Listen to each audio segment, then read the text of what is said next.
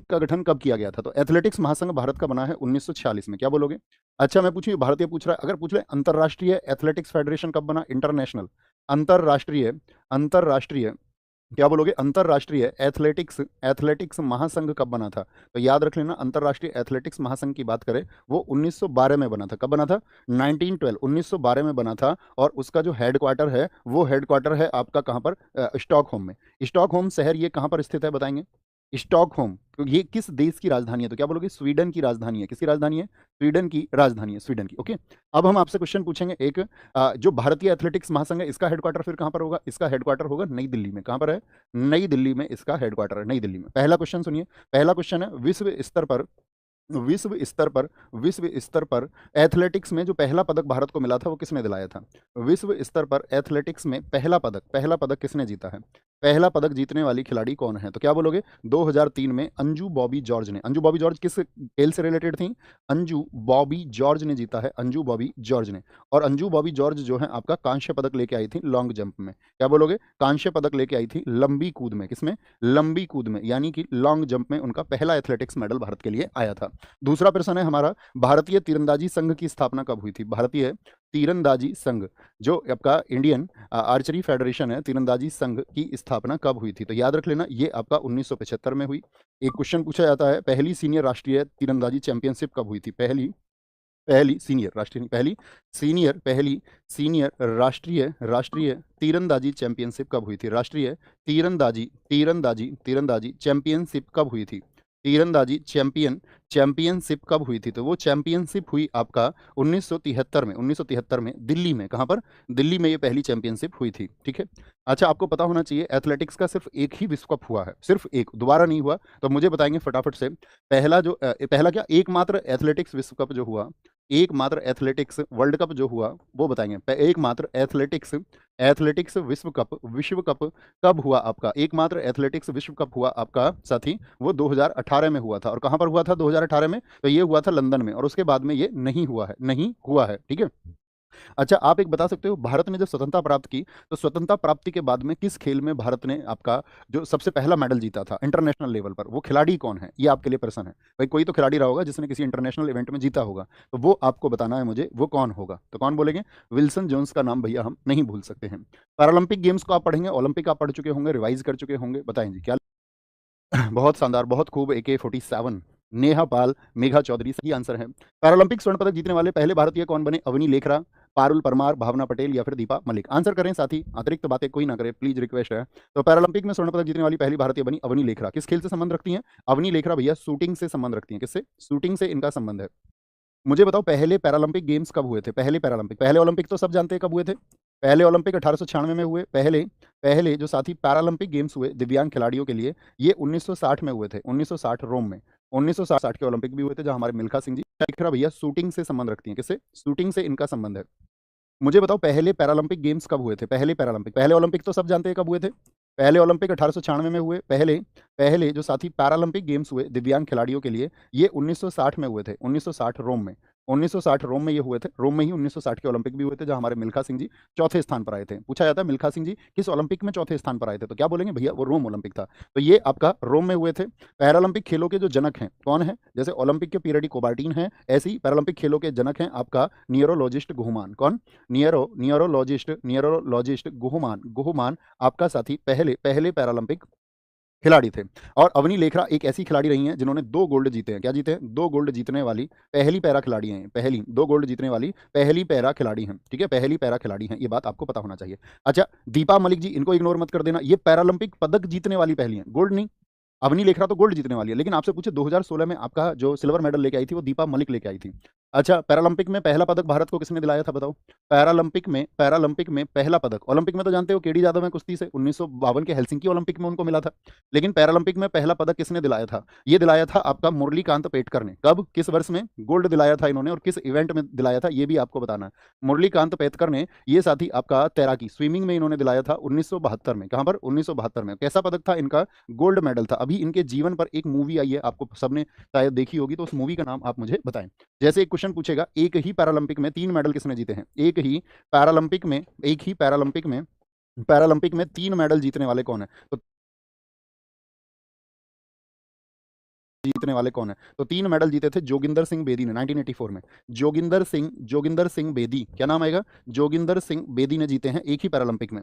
अच्छा मुझे बताओ पहले पैरालंपिक खिलाड़ी कौन से हैं जिनको खेल रत्न पुरस्कार मिला था? खेल रत्न पुरस्कार, पैरालंपिक खिलाड़ी हैं पहले जिनको खेल रत्न मिला। खेल रत्न वो कौन व्यक्ति हैं? खेल रत्न पाने वाले वो हैं देवेंद्र झाझरिया। कौन है वो भैया? देवेंद्र झाझरिया हैं। देवेंद्र झाझरिया हैं आपका, ठीक है। और वुमेन में पूछ ले पहली, तो वुमेन में दीपा मलिक हैं। कौन है? वुमेन में है दीपा मलिक। क्या बोलोगे? दीपा मलिक है आपका वुमेन में। 2024 के पेरिस पैरालंपिक को आपने पढ़ा होगा। बताओ इंडिया के टोटल मेडल कितने आए थे जो पेरिस में पैरालंपिक हुए? पेरिस 2024 में जो पैरालंपिक हुए इसमें क्या स्थिति है? तो भारत की स्थिति रही इसमें 7+9+13 की। क्या बोलोगे? 7+9+13 मतलब समझ गए? 7 गोल्ड आए, 9 ब्रॉन्ज आए और आपका 9 सिल्वर आए और 13 आपका ब्रॉन्ज आए। तो 9 7 16 16 10 आपका 26 3 29 मेडल टोटल हमारे आए। 29 मेडल और रैंक जो आई हमारी, रैंक आई 18वीं। क्या बोलोगे? 18वीं रैंक आई 29 मेडल के साथ में। और आपका कितने के साथ में? 7 गोल्ड के साथ में। कौन सा अप्रत्यक्ष कर है? बताएंगे इनमें से कौन सा अप्रत्यक्ष कर है? संपत्ति कर है, वस्तु एवं सेवा कर है, आपका आयकर है और उपहार कर है। बोलेंगे भी फटाफट से, सारे लोग बोलेंगे, सारे लोग फटाफट से आंसर है। सब लोगों का आंसर आए तो कौन सा है आपका? इनडायरेक्ट टैक्स, वस्तु एवं सेवा कर, जीएसटी है, जीएसटी। अच्छा डायरेक्ट टैक्स कुछ बता सकते हैं आप मुझे? कोई एक नाम लिखो डायरेक्ट टैक्स में, यानी प्रत्यक्ष कर में कौन कौन से आते हैं? उसमें आयकर आता है, इनकम टैक्स आ जाता है, आयकर आता है, कॉर्पोरेट टैक्स आ जाता है, आपका निगम कर आ जाता है, निगम कर, ठीक है। प्रॉपर्टी पर जो टैक्स दिया जाता है, संपत्ति कर आ जाता है, संपत्ति कर। कौन सा आ जाता है? संपत्ति कर। एक टीडीएस होता है आपका, टीडीएस का फुल फॉर्म कौन लिखेगा? टैक्स डिडक्शन, आपका टीडीएस का फुल फॉर्म मुझे लिखो फटाफट से एक बार। ये डायरेक्ट टैक्स होते हैं। अगर मैं इनडायरेक्ट टैक्स की बात करूं, यानी अप्रत्यक्ष करों की मैं बात करता हूं, तो अप्रत्यक्ष करों के अंतर में आते हैं आपका वैट हो गया, वैल्यू एडेड टैक्स होता है आपका। सिगरेट और शराब आदि पर जो भी टैक्स लगते हैं, आपका जो सीमा शुल्क लगता है, बॉर्डर टैक्स लगता है, या फिर आपका जो अब उत्पाद शुल्क लगता है, प्रोडक्ट पर एक्साइज आपका, जो आपका उत्पाद शुल्क लगता है, ये सब इनडायरेक्ट टैक्स है। क्या आप मुझे बता सकते हैं हमारे देश में जो साथी आपका जीएसटी आया था वो किस वर्ष में आया था? ट्रांजैक्शन डिडक्शन टैक्स नहीं, वो टीडीएस अलग है।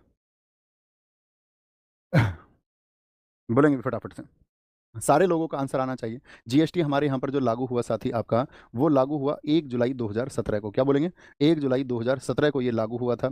लोकसभा में ये कब पेश हुआ था? आपका याद रख लेना। क्या बोलेंगे? आपका 29 मार्च 2017 को, 29 मार्च 2017 को। नारा क्या दिया गया था इसमें? फटाफट से बोलें। नारा दिया गया वन नेशन वन टैक्स। क्या बोलेंगे? वन नेशन वन टैक्स का नारा दिया गया। वन नेशन, कौन कौन सी दर है इसमें? तो दर इसमें आपका 0%, ठीक है, 5%, 5%, 12%, 18% और 28%। ये कैसी दरें हैं? ये पुरानी दरें हैं। नई दरें कौन कौन सी कर दी गई हैं? बोलेंगे भाई फटाफट से। पुरानी दर ये है आपका, और नई दर आपको बतानी है। ये सब पुरानी दरें हैं। जीएसटी का जो गठन किया गया, वो किया गया है आर्टिकल 279 ए का सबसेक्शन 1 है, ठीक है। और जीएसटी को जो कानून बनाने की शक्ति दी गई है, जीएसटी को कानून बनाने की शक्ति, कानून बनाने की जो शक्ति दी गई है, इसको जो पावर दी गई है आपका कि ही कैन मेक लॉज, वो दी गई है 246 से। किससे? आर्टिकल 246 ए। क्या बोलोगे? आर्टिकल 246 ए।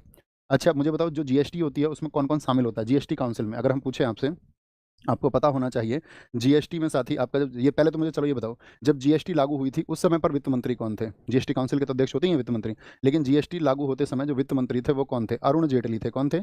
अरुण जेटली। पीएम कौन थे देश में? आपका नरेंद्र मोदी जी थे। कौन थे? नरेंद्र मोदी जी थे, ठीक है। नरेंद्र मोदी देश के प्रधानमंत्री थे। और आपका मुझे बताओ राष्ट्रपति कौन थे? तो राष्ट्रपति थे प्रणब मुखर्जी। क्या बोलोगे?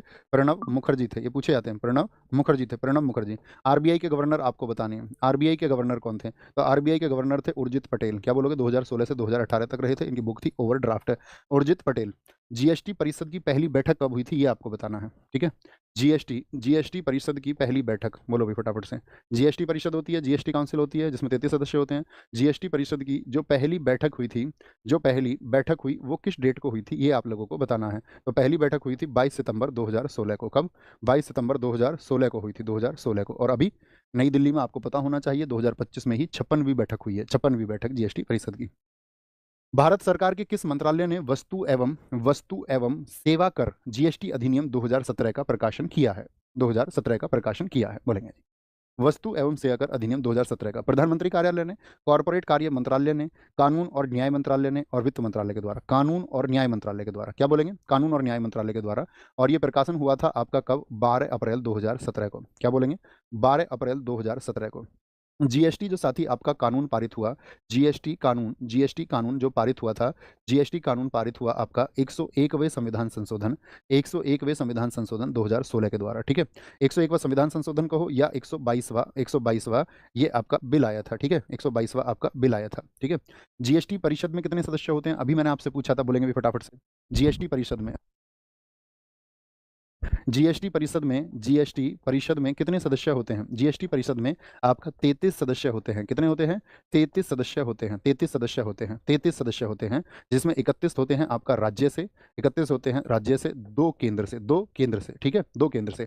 और यहाँ पर पूछें जीएसटी परिषद के जो अध्यक्ष होते हैं, जीएसटी परिषद के जो अध्यक्ष होते हैं वो कौन होते हैं? जीएसटी परिषद के अध्यक्ष होते हैं आपका वित्त मंत्री, वित्त मंत्री होते हैं, वित्त मंत्री होते हैं, वित्त मंत्री होते हैं। मुझे बताओ यहाँ पर फटाफट से, जीएसटी के लिए जो सिफारिश की थी वो किस समिति ने की थी? उस समिति का नाम सोचिए। जीएसटी सिफारिश करने वाली जो समिति थी वो कौन सी थी? तो उस समिति का नाम है आपका विजय केलकर। क्या बोलोगे? विजय केलकर, विजय केलकर, विजय केलकर, विजय केलकर आपका। और इसमें जो प्रारूप समिति के प्रथम अध्यक्ष थे आपका, वो थे असीम दास गुप्ता। क्या बोलोगे? असीम दास गुप्ता, असीम दास गुप्ता। और जीएसटी बिल पारित करने वाला पहला राज्य कौन सा है? बिल पारित करने वाला जो पहला राज्य है, बिल पारित जिसने किया वो पहला राज्य कौन सा था? तो बिल पारित करने वाला वो असम है। लेकिन लागू करने वाला पहला राज्य कौन सा था? लागू करने वाला पहला राज्य बताओ। जीएसटी को लागू करने वाला पहला राज्य कौन सा था?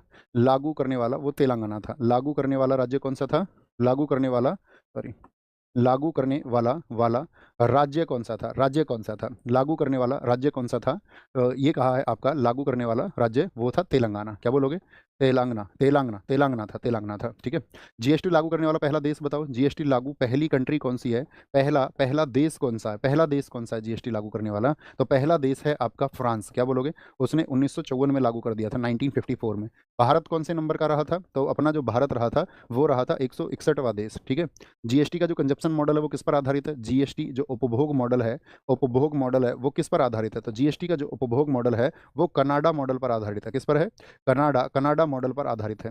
अब बताओ, जीएसटी जो परिषद है, काउंसिल है, उसका मुख्यालय कहाँ पर है? परिषद का जो हेडक्वार्टर है वो नई दिल्ली में है। कहाँ पर है? नई दिल्ली में। ब्रांड एम्बेसडर आप बताओगे जीएसटी के कौन है? जीएसटी के ब्रांड एम्बेसडर एक बार बता दें, एक बार बता दें। बहुत बढ़िया, बहुत शानदार। चलो। एक दोस्त ने बीजेपी बीजेपी शोर मचा रखा। बहुत बढ़िया।